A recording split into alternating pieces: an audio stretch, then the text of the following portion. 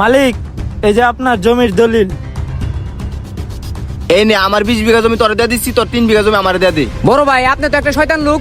যখনই দেখছেন আমার জমি থেকে স্বর্ণ বাইর হইছে, তখনই জমি নিবার লেগে পাগল হয়ে গেছেন।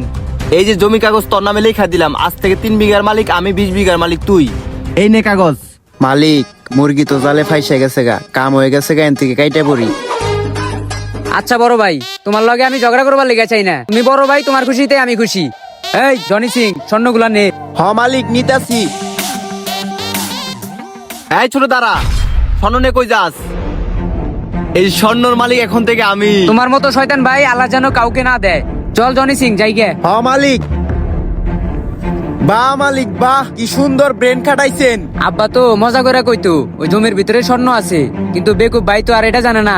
স্বর্ণ থাকবো তো দূরের কথা, লোহাও নাই। চলেন।